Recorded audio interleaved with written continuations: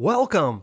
In this video, we are learning about Drupal's hook system, and we'll update our .module file to implement the cron hook and the form alter hook. Simply put, hooks are functions that alter the behavior of Drupal core.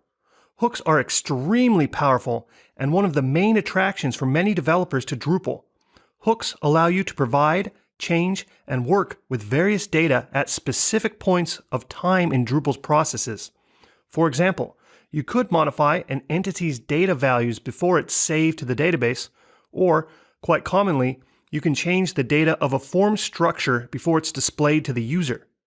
Note that your custom modules can implement hooks that are defined by Drupal core and other contributed or custom modules. Your modules can also define their own hooks. At this point in our learning, we will focus on implementing Drupal core hooks, not on defining custom hooks. Speaking broadly, hooks can be placed into three categories: hooks that react to an action, hooks that alter existing data, and hooks that provide information. Hooks that react to an action are invoked when specific events occur somewhere in the system, and the reaction hook allows other code to do something based on that action. In our activity, we will use hook_cron, which is an action hook. There are also hooks that alter existing data. These are referred to as alter hooks. It's easy to identify alter hooks because their function names literally end with _alter. These types of hooks are invoked to allow modules to alter previously gathered data. We will use hook_form_alter in our activity later on.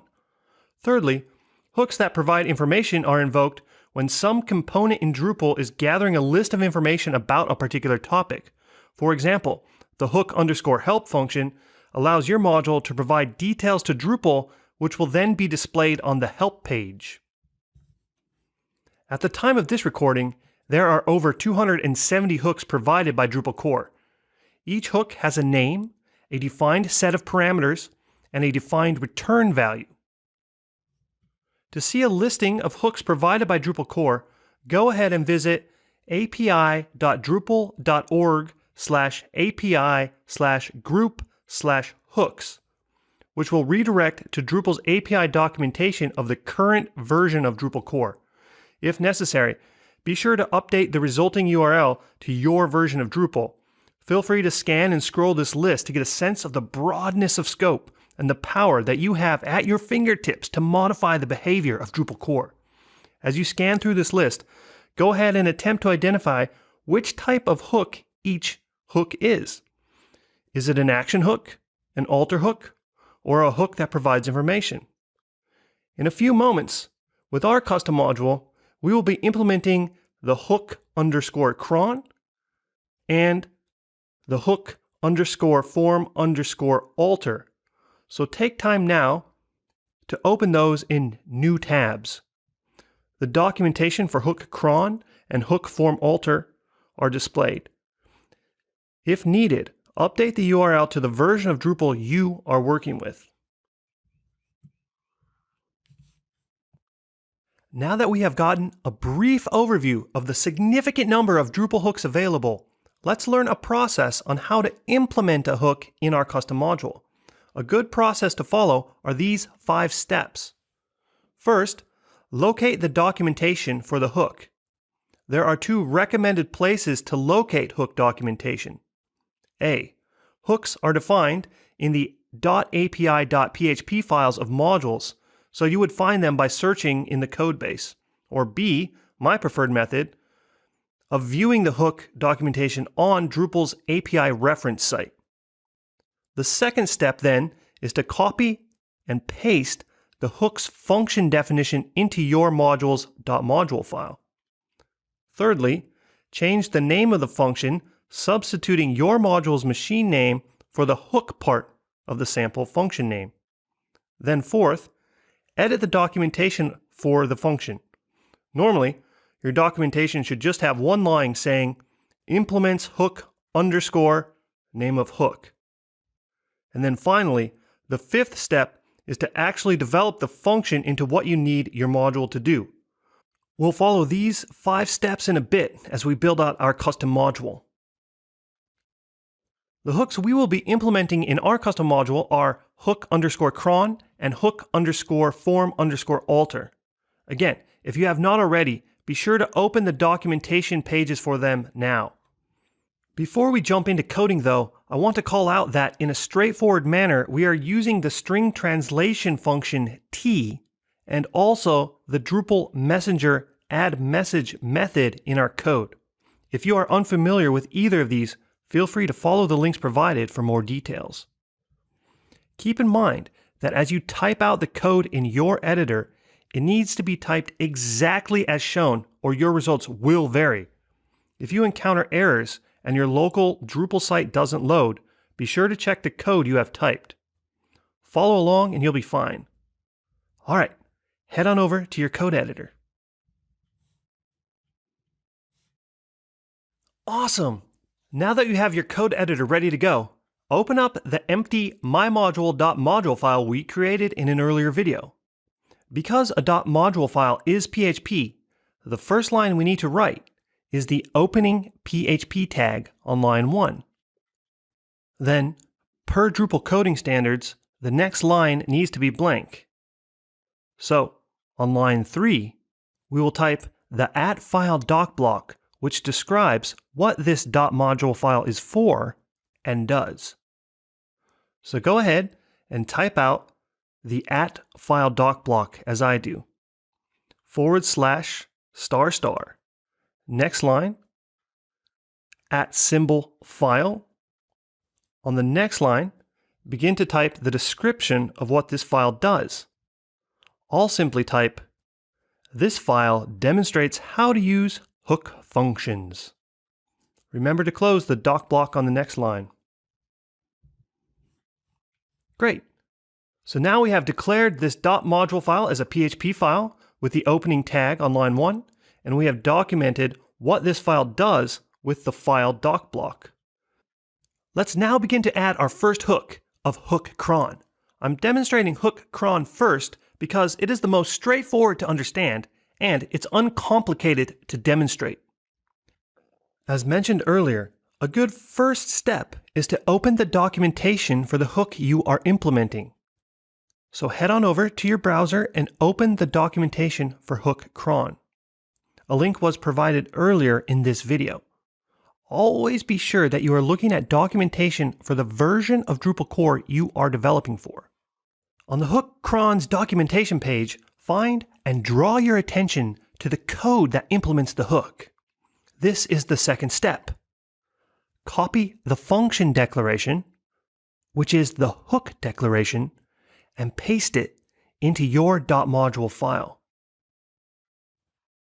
If you only copied the function declaration as I did, then you will also need to type out the closing curly bracket to avoid PHP errors. Do that now.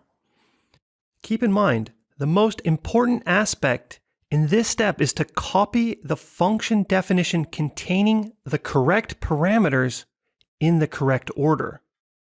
In the case of hook cron, there are no parameters, but there are parameters for most other hooks. The third step is to change the name of the function we copied. So go ahead and do that now. Change hook_cron to mymodule_cron.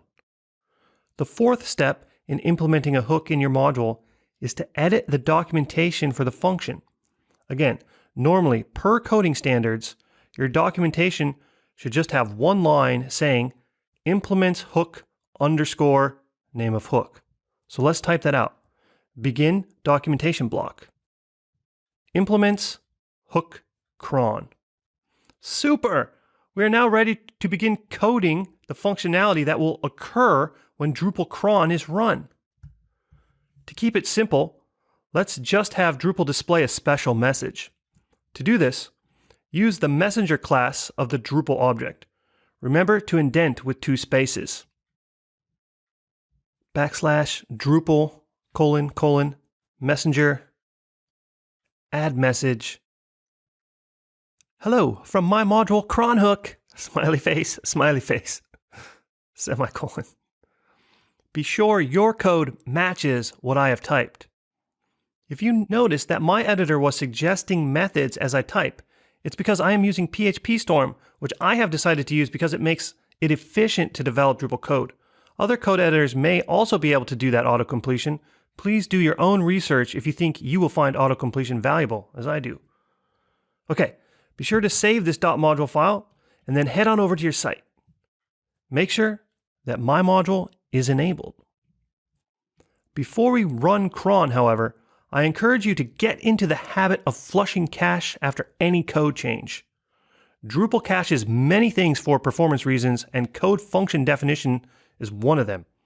So go ahead and flush the cache, either with the admin toolbar or by visiting Configuration, Performance, and clicking Clear All Caches.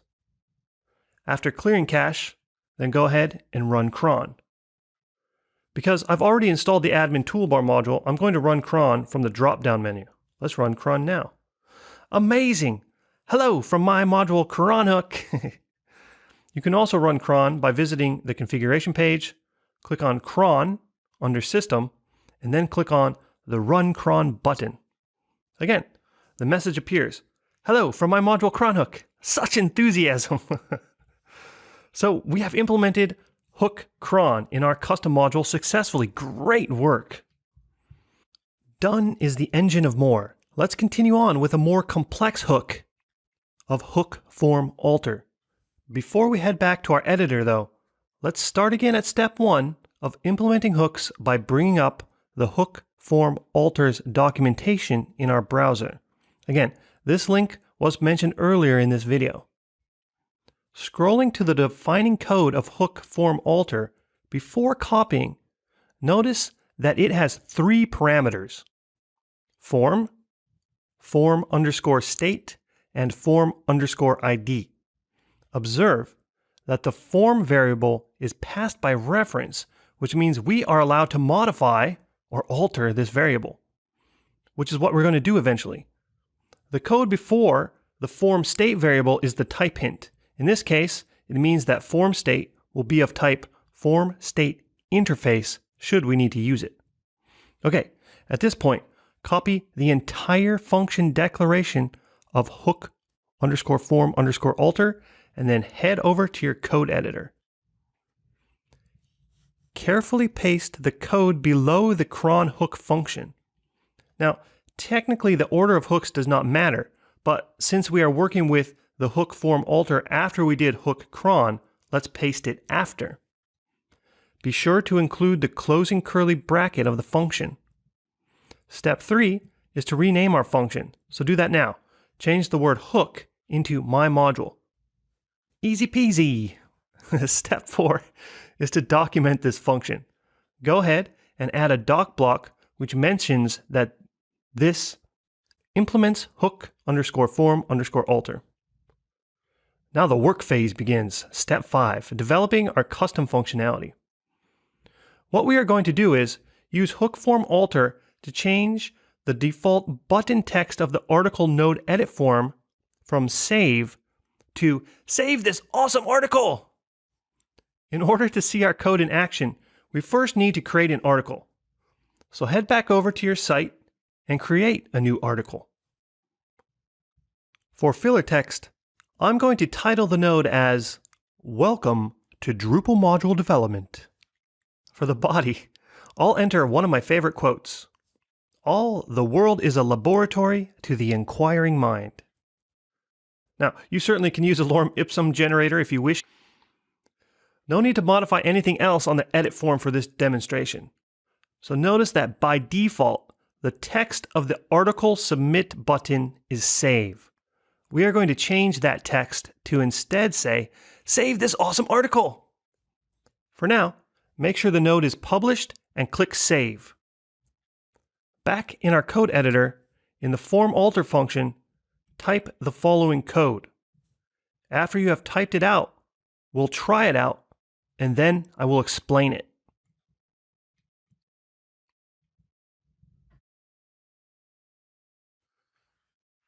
After you have typed out the code as shown, double check it to make sure that you do not have any syntactical errors, and then head on over to the site, to the article node you just created.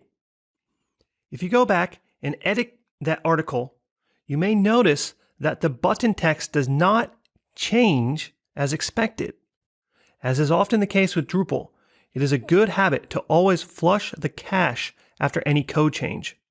So flush the cache now, either through Admin Toolbar or by visiting Configuration, Performance, and clicking Clear All Caches. After flushing the cache, upon returning to the article edit form, you should see that the text of the Submit button has changed. Woohoo! If you do not see the change, then troubleshooting is in order. If your site doesn't load at all, then it's likely a syntax error in your code, so check there. If your site does load without the text change, try flushing cache again, and if still no results, then check the recent log messages log to see if perhaps there is helpful information there. Other steps to try are making sure that My Module is enabled under Extend, and that the form_ID variable line is typed correctly. Speaking of form ID, let's learn a bit about how to determine the correct form ID of the form you want to change. This information is a bonus from me. If we look at our code, you'll notice that the form ID of the article edit form is node_article_edit_form. Finding the correct form ID is not always simple, depending on your situation. I'll show two methods of finding the form ID. The first method is by examining the HTML of the edit form, and the other method is by printing a debug message in the hook form alter function itself. To examine the HTML of the form, view the page containing the form and inspect an element of the form. What you're looking for is the ID of the form itself. So, if I right-click on, say, title, I can choose Inspect Element to view the HTML in a focused manner. Your results may vary depending on the browser and plugins that you are using. I happen to be using Firefox. Again, you're looking for the ID of the form itself. I'm demonstrating this inspection method because it's a bit of an art and you'll get better with it at time. After a right click, inspect element, and scroll up to find the form ID. Notice that the ID is node-article-edit-form, and that same text appears as an attribute in the HTML class of this form as node-article-edit-form. This is a strong indicator that the form ID is node-article-edit-form. If we copy the HTML ID of the form, return to your form alter function and paste it into the correct place in the if statement. Notice that the HTML ID uses dashes, but the form ID variable of the function uses underscores. This is one of those quirks of Drupal development. So replace those dashes with underscores. So that is method one, inspecting the HTML of the form. Like I mentioned, it's a bit of an art and you'll get better with it over time. This other method is easier, but depending on your situation may not always be available. This method is to print the form ID using the Drupal Messenger service. Go ahead and add this code in the form alter function above the if statement. Pause the video if you need to.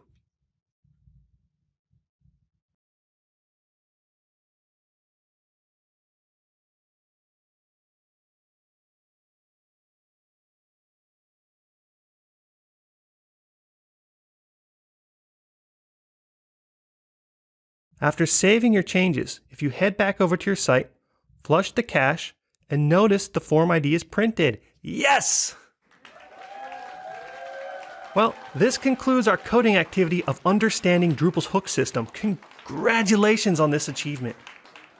In this lesson, we learned why hooks are used, what they do, and how to use them.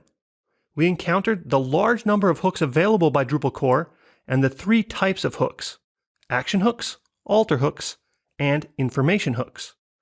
Importantly, we learned a process of how to implement a Drupal hook in our own module by first finding the documentation of the hook, copying and pasting the function definition into our module, then changing the name of the copied function.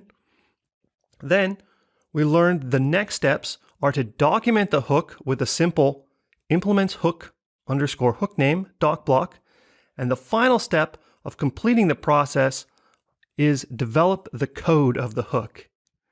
In our activity, we implemented hook cron and hook form alter, And we learned 2 methods for determining the form ID of forms that we want to alter. All in all, remember that simply put, hooks are functions that alter the behavior of Drupal core. As always, I encourage you to view the resources provided. Happy learning!